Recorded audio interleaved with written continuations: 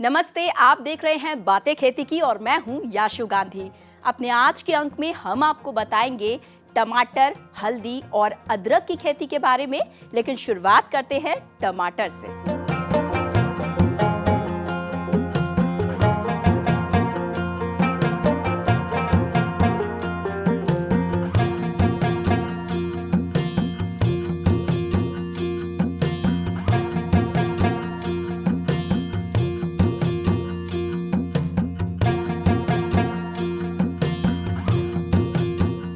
तो आज हम आपको बताने वाले हैं गोल गोल लाल लाल टमाटर की खेती के बारे में। जहां तक टमाटर की पैदावार की बात है, साल भर आप इसको लगा सकते हैं, फायदा उठा सकते हैं और इसके लिए हर मौसम में अलग तरह की सावधानी बरतनी होती है, तभी अच्छी पैदावार मिलती है। जायद के मौसम की अगर बात की जाए तो जायद के मौसम में टमाटर की अच्छी पैदावार तभी मिल सकती है जब हम बीज की प्रजातियों का चुनाव सोच समझ कर करें और पैदावार से जुड़ी सावधानियां जरूर अपनाएं। टमाटर एक ऐसी फसल है जो हम लोग सारे साल उगा सकते हैं भारत के विभिन्न प्रदेशों में, लेकिन अब जायद का सीज़न आ रहा है और जायद के लिए भी हमारे पास जो किस्में अवेलेबल हैं उनमें काफ़ी अच्छी चॉइस है। पूसा रूबी तो एक ऐसी चीज़ है जो हम सारे साल वैसे ही उगा सकते हैं, सदाबहार चीज़ है, लेकिन इसमें एक हाइब्रिड्स इसलिए इम्पोर्टेंस लेते हैं कि एक तो वो जल्दी फल देते हैं और दूसरी बात यह है कि उनमें जो बीमारियां गर्मी के मौसम में आती हैं उनको वो काफ़ी हद तक अवरोधी होते हैं। तो हाइब्रिड 2, 4 और 8 जो पूसा ने निकाले हैं वो बड़े अच्छे हाइब्रिड हैं जो इस सीज़न में उगाए जा सकते हैं। एक बंगलौर जो हमारा इंडियन इंस्टीट्यूट ऑफ हॉर्टिकल्चर है, उन्होंने भी 2-3 किस्में ऐसी निकाली हैं जो कई सीजन्स में हो सकती हैं और जायद सीज़न में भी उनको उगाया जा सकता है, जैसे अनन्या, वरदान, विशाल। तो ये किस्में इस सीज़न के लिए, जिसको हम अंग्रेज़ी में स्प्रिंग समर सीज़न कहते हैं, बसंत ऋतु का सीज़न कहते हैं, उसमें उगाने के लिए ये किस्में अच्छी हैं, क्योंकि इनमें बीमारियों का और कीड़ों का जो चलन टमाटर के लिए बहुत ज़रूरी है, उसमें काफ़ी हद तक इनमें अवरोधी शक्ति है और जल्दी फल देने वाली किस्में। और हाँ, अगर आप पॉली हाउस में टमाटर की खेती करने जा रहे हैं तो टमाटर की ऐसी प्रजातियों का चयन करें जो खास तौर पर पॉली हाउस के लिए विकसित की गई हो। जो पॉली हाउस का होता है वो ऐसी प्रजाति होती है जिसमें फल बहुत लंबे समय तक आते रहते हैं और उसका जो पौधा है उसे बांधकर हौले हौले ऊपर की ओर उठाया जाता है और उसमें कोशिश ये की जाती है कि ये लंबे समय तक चले, कम से कम 6 से 8 महीने तक उसमें लगातार फल आते रहें। तो उसके लिए अलग किस्में हैं और पॉली हाउस में सिर्फ किस्म की बात नहीं, और भी कई चीज़ों का ध्यान रखना पड़ता है। तो ये आवश्यक है कि किस्म और जो भी उसकी तकनीकी है उसके हिसाब से प्रजाति का चयन किया जाए। वैसे आप चाहें तो खुले खेत में भी टमाटर की खेती कर सकते हैं और अगर आप खुले खेत में टमाटर की खेती कर रहे हैं या पॉली हाउस में कर रहे हैं, दोनों ही स्थितियों में बीज का शोधन बहुत ज्यादा जरूरी होता है। बीज का शोधन करने से पौधे की जो सहन क्षमता होती है वो बढ़ती है और अच्छी पैदावार भी मिलती है। टमाटर में बीज शोधन अति आवश्यक है और ख़ास तौर से जायद की फसल के लिए तो और भी, क्योंकि जब फल आता है तो उस समय गर्मी बहुत होती है और पौधों में शक्ति होनी चाहिए गर्मी सहन करने की। उसके लिए 2 तरह के उपचार हम लोग रिकमेंड करते हैं। एक तो हाइड्रोजन परऑक्साइड है। हाइड्रोजन परऑक्साइड से 2 दिन तक 0.3% मात्रा का घोल बनाकर उसमें 2 दिन तक उसको बीज को भिगोया जाए। एक तो ये है। दूसरा तरीका ये है कि बीज को 60 डिग्री सेल्सियस पर 6 घंटे के लिए एक ओवन में रखा जाए, जिससे कि उसमें क्षमता बढ़ती है कि गर्मी को सहन करने की, और इस सीज़न में जो फल और वो आता है जल्दी आता है। ये दोनों चीज़ें जो हैं जल्दी फलने में सहायक हैं और जितना जल्दी फल आएगा उतना अच्छी पैदावार होगी। टमाटर के पौधे को कीड़े और फफूंदी से बचाया जाना बहुत जरूरी होता है और इसके लिए सही कीटनाशक का चुनाव करें और दिए गए दिशा निर्देशों का पालन जरूर करें। उसी के अनुसार उसका प्रयोग करें, तभी मिल सकता है आपको पूरा फायदा। आमतौर पे टमाटर जहाँ होता है वहाँ पर ज़मीन में निमेटोड नामक जो कीड़ा होता है वो जड़ों को काफ़ी नुकसान पहुँचाता है। तो उसके लिए भी कोशिश ये करनी चाहिए कि जब उसकी क्यारी बनाई जाए, जब पौध बनाया जाए, उसी समय फ्यूराडाउन से उसको ट्रीट किया जाए ताकि जड़ों में फ्यूराडाउन रहे, और जब उसको रोपा जाता है खेत में, तो उस समय निमेटोड का असर जड़ों को ना हो पाए।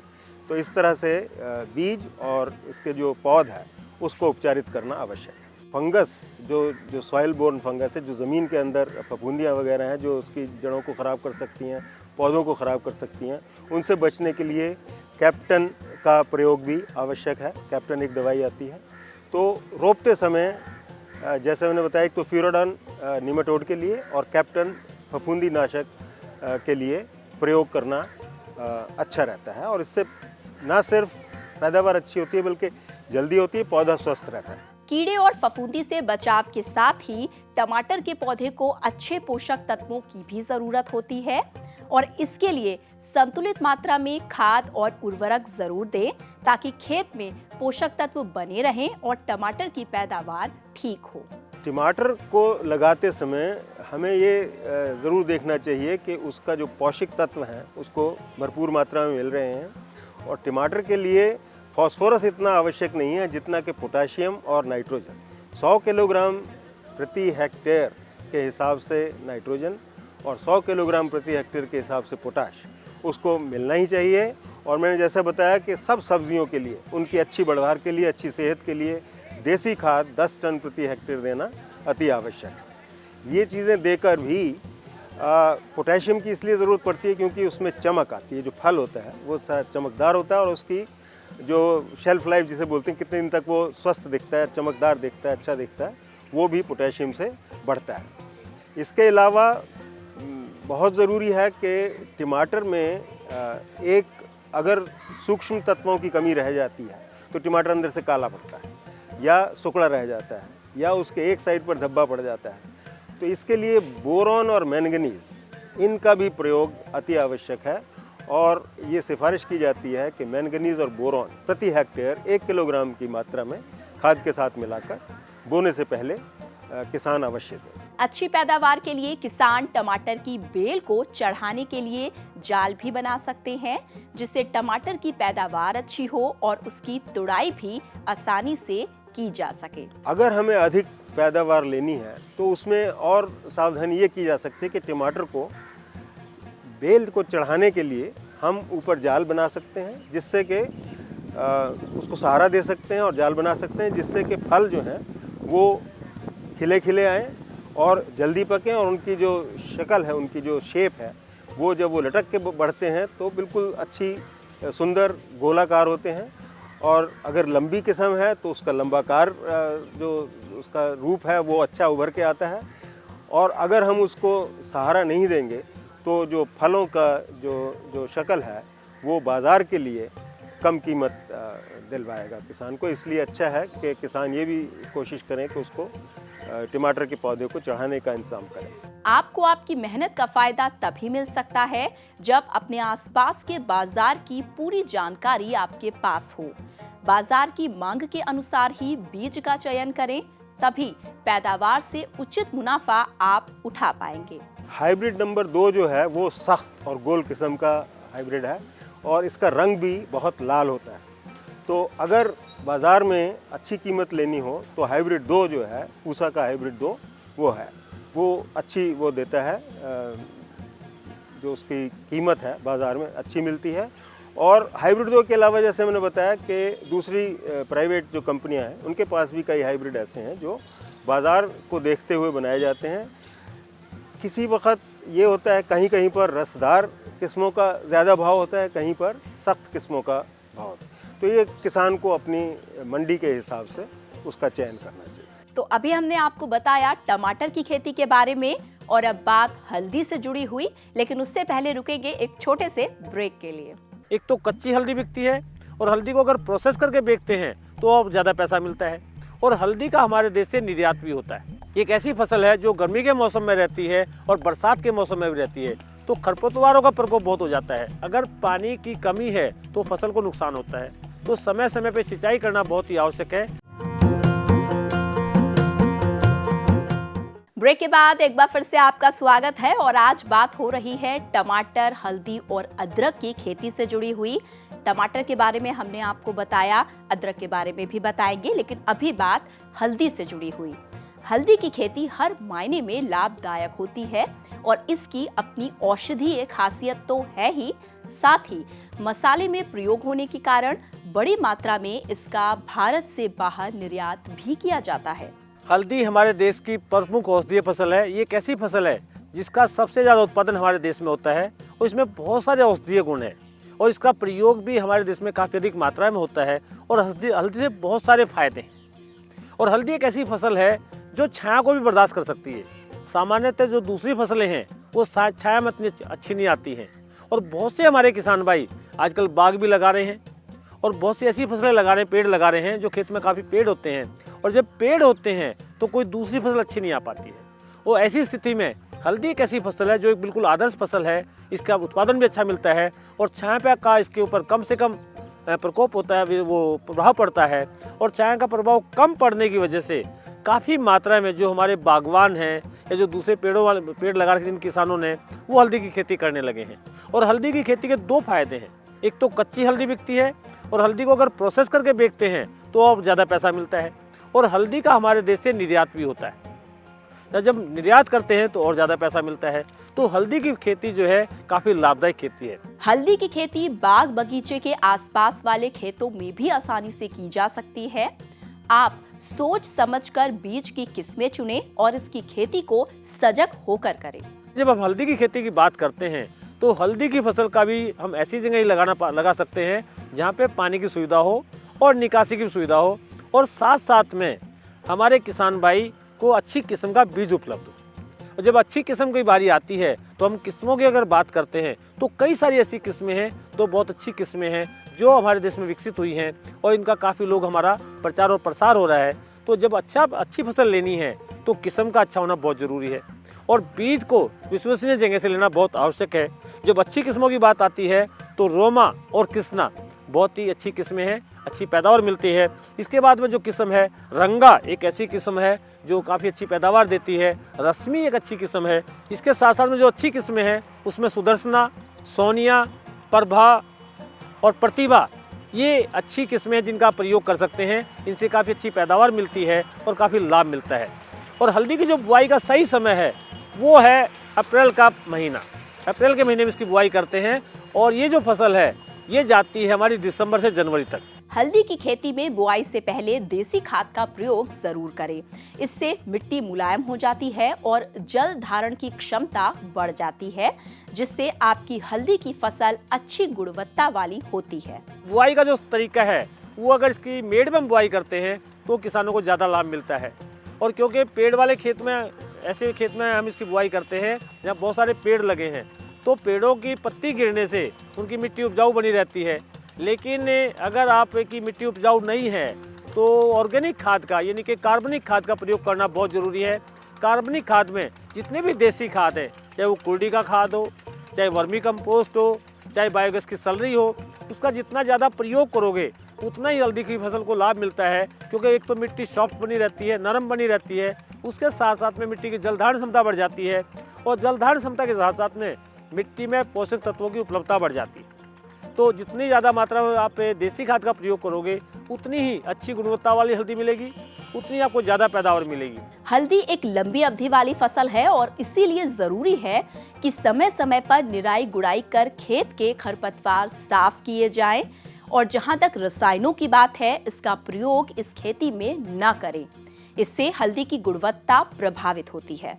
एक ऐसी फसल है जो गर्मी के मौसम में रहती है और बरसात के मौसम में भी रहती है, तो खरपतवारों का प्रकोप बहुत हो जाता है।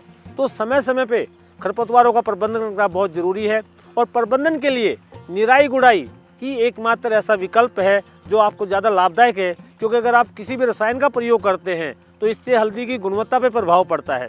तो और निराई गुड़ाई करने के कई दूसरे लाभ भी हैं। एक तो खरपतवार तो नष्ट होते ही हैं, साथ ही साथ में मिट्टी में जल संचार, आपकी वायु संचार बढ़ने की वजह से आपकी जड़ों का विकास अच्छा होता है और आपके जो हल्दी के कंद हैं उनका विकास भी अच्छा होता है। तो निराई गुड़ाई करें और निराई गुड़ाई करने के साथ साथ में अच्छी पैदावार लेने के लिए पौधों में मिट्टी चढ़ाना बहुत आवश्यक है, क्योंकि जितनी ज़्यादा मिट्टी चढ़ाओगे उतनी आपको ज़्यादा अच्छी पैदावार मिलने की संभावना बनती है। हल्दी की फसल गर्मी के मौसम में बोई जाती है और तैयार होने के दौरान बारिश का मौसम होता है। ऐसे में पानी का प्रबंधन बेहद जरूरी है। गर्मी में समय समय पर पानी दें, साथ ही बारिश के मौसम में खेत में पानी की निकासी का भी रखें पूरा ध्यान। अगर पानी की कमी है तो फसल को नुकसान होता है, तो समय समय पे सिंचाई करना बहुत ही आवश्यक है। और खासकर जब फसल आपकी 30 से 45 दिन की हो और जब फसल में आपके राइजोम का विकास यानी कि कंदों का विकास शुरू हो, उसमें पर्याप्त मात्रा में पानी रहे, पानी की कमी ना हो, तो अगर आप ऐसा करते हैं तो आपको बड़ी अच्छी पैदावार मिलेगी और आप अच्छे पैदावार के साथ साथ में काफ़ी अच्छा लाभ कमा सकते हैं। और इसी के साथ कार्यक्रम में वक्त हो चला एक छोटे से ब्रेक का। ब्रेक के उस पार बात अदरक से जुड़ी हुई। जब अदरक की खेती करने की बात आती है तो इस किस्म के खेत के चुनाव के बाद खेत की तैयारी करना बहुत ज़रूरी है और औषधीय गुण होने के नाते इस फसल की बहुत अधिक मांग है, बाजार में अच्छा भाव बना रहता है और इसकी खेती भी करना बड़ा आसान है। तो बीज का उपचार करना है। उपचार करने के लिए थायरम या बेविस्टिन और इसकी मात्रा रखनी है 2 से 3 ग्राम प्रति किलो बीज के हिसाब से। ब्रेक के बाद एक बार फिर से आपका स्वागत है। आप देख रहे हैं बातें खेती की और आज हम आपको बताने वाले हैं अदरक की खेती से जुड़ी हुई बात। हल्दी की तरह ही अदरक भी एक मसाले वाली फसल है और इसकी पैदावार करके किसान अच्छा खासा लाभ कमा सकते हैं। हमारे बहुत से किसान भाई ऐसे हैं जो अदरक की खेती करना चाहते हैं, क्योंकि अदरक एक मसाले वाली फसल है और इस मसाले वाली फसलों की काफ़ी मांग है और साथ साथ में बहुत सारे औषधीय गुण हैं और औषधीय गुण होने के नाते इस फसल की बहुत अधिक मांग है, बाजार में अच्छा भाव बना रहता है और इसकी खेती भी करना बड़ा आसान है। अदरक की खेती के लिए ऐसे खेत का चुनाव करें जो उपजाऊ हो, आसपास पानी का प्रबंध हो और खेत में पानी की निकासी की भी पूरी तरीके से व्यवस्था हो। जो किसान भाई अदरक की खेती करना चाहते हैं तो उनको बहुत जरूरी है कि ऐसे खेत का चुनाव करें जिसकी मिट्टी उपजाऊ हो, जल निकासी का प्रबंध हो और साथ साथ में सिंचाई का प्रबंध होना भी बहुत ज़रूरी है, क्योंकि ये ऐसी फसल है जिसको पानी की भी आवश्यकता ज़्यादा पड़ती है और इसके अंदर थोड़ी नमी की आवश्यकता भी ज़्यादा पड़ती है। तो ऐसे खेत का चुनाव करें जिसकी मिट्टी उपजाऊ हो, जल निकासी की सुविधा हो और सिंचाई की सुविधा भी अच्छी हो और पानी की गुणवत्ता अच्छी हो, तो आपको अच्छी पैदावार मिलती है। अदरक की खेती में बुआई के समय ध्यान रखें कि खेत में खरपतवार बिल्कुल नहीं होने चाहिए, पर्याप्त नमी हो और तय मानक के अनुसार ही पोषक तत्व खेत में दिए जाए। जब अदरक की खेती करने की बात आती है तो इस किस्म के खेत के चुनाव के बाद खेत की तैयारी करना बहुत ज़रूरी है कि खेत की हम पर्याप्त अच्छी तरह तैयारी करें, उसमें नमी अच्छी हो, उसकी गुड़ाई अच्छी तरह करें, खरपतवारों से रहित करें। तो इस प्रकार के खेत का चुनाव करने के तैयार करने के बाद में फिर बारी आती है उन्नत किस्मों की। जब उन्नत किस्मों की बारी आती है तो अदरक की कई सारी अच्छी किस्में हैं जो निकली हैं। जो सबसे अच्छी किस्म है हिमगिरी, काफ़ी अच्छी किस्म है, काफ़ी अच्छी पैदावार देती है। इसके साथ साथ में IISR महिमा, IISR बारदा, सुपरबा, ये कुछ ऐसी किस्में हैं जिससे हमारे किसान भाई काफ़ी अच्छी पैदावार ले सकते हैं। इन किस्मों को जब आप अच्छा बीज अगर लेते हैं तो बहुत ही अच्छा रहेगा, लेकिन बीज जब लेते हैं तो अच्छी विश्वसनीय जगह से लेना चाहिए जिससे बीज की गुणवत्ता अच्छी हो और फिर इसकी बुआई करनी चाहिए। और अब बात बीज की प्रजाति से जुड़ी हुई, जिसके चयन के बाद उसका उपचार करना भी बहुत जरूरी होता है। मेड़ बनाकर बुआई करें और तय मानक के अनुसार ही रसायनों का करें पूरा प्रयोग, तभी मिलेगा आपको फायदा। जमीन में जो हम इसकी बुआई करते हैं तो समतल खेत करने की बजाय इसकी हम डोलों में अगर बुआई करते हैं तो हमें ज़्यादा पैदावार मिलती है। और जो लाइन से लाइन की दूरी है वो हम 1 से 1.5 फीट रखते हैं तो किसानों को काफ़ी अच्छी पैदावार मिलती है। उसके बाद बुआई की बारी आती है तो इसके अच्छे कंद लेके उनको सही से उपचार करना बहुत ज़रूरी है। और जब सही से उपचार करने की बारी आती है तो सबसे पहला जो उपचार होगा वो किसी भी फफूंदनाशक दवाई से, क्योंकि ये ज़मीन में लगाते हैं तो अगर कोई भी इसको प्रॉपर उपचार नहीं करते हैं तो काफ़ी मात्रा में बीज खराब हो जाता है और ख़ासकर जब तापमान अधिक हो तो नुकसान होता है। तो बीज का उपचार करना है। उपचार करने के लिए थायरम या बेविस्टिन और इसकी मात्रा रखनी है 2 से 3 ग्राम प्रति किलो बीज के हिसाब से। उपचार करने के बाद में हम बीज को अगर हम जीवाणु खाद से उपचारित करते हैं तो और अधिक खाद लाभ मिलता है।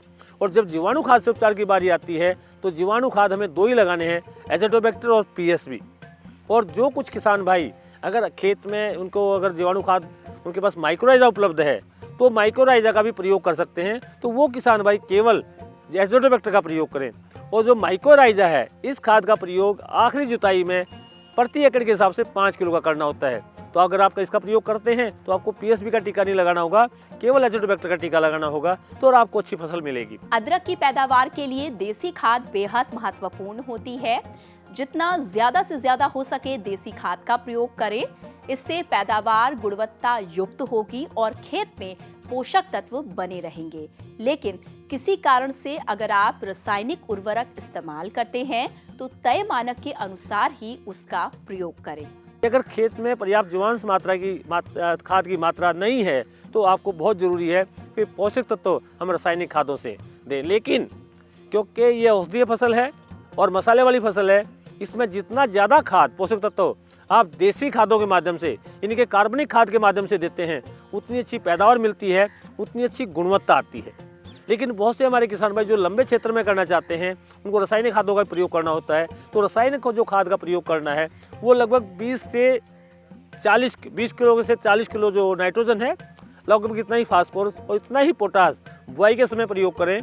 और बुआई के बाद में नाइट्रोजन की दूसरी जो मात्राएं हैं वो 2 मात्रा में दे सकते हैं। एक बुआई के लगभग 1.5 से 2 महीने बाद लगभग 25 से 30 किलो, और इतनी इससे आधी मात्रा यानी कि 15 से 20 किलो मात्रा जब फसल आपकी 2 से 2.5 महीने की हो, अगर आप तब देते हैं तो आपको बड़ी अच्छी पैदावार मिलती है। और इन सब बातों का ध्यान रखेंगे तो आपको अच्छी पैदावार मिलेगी और आपको अच्छा लाभ मिलेगा। तो हमारे आज के कार्यक्रम में इतना ही। चलते चलते हमारा पता नोट कर ले। हमारा पता है 302A पोसाइडन टावर ऑफ यारी रोड, वर्सोवा, अंधेरी वेस्ट, मुंबई 400061। हमारा ईमेल आईडी है bkk@greentvindia.com। आप हमें कॉल भी कर सकते हैं। हमारे फोन नंबर हैं 0120-498-0000 और 498-0011। अपने टीवी पर ग्रीन टीवी देखने के लिए अपने केबल ऑपरेटर या DTH ऑपरेटर को तुरंत कॉल करें और हमें लिंक भेजें info@greentvindia.com पर। SMS या WhatsApp करें 9769577049 पर। और इसी के साथ याशु को दीजिए इजाजत और देखते रहिए ग्रीन टीवी। नमस्ते।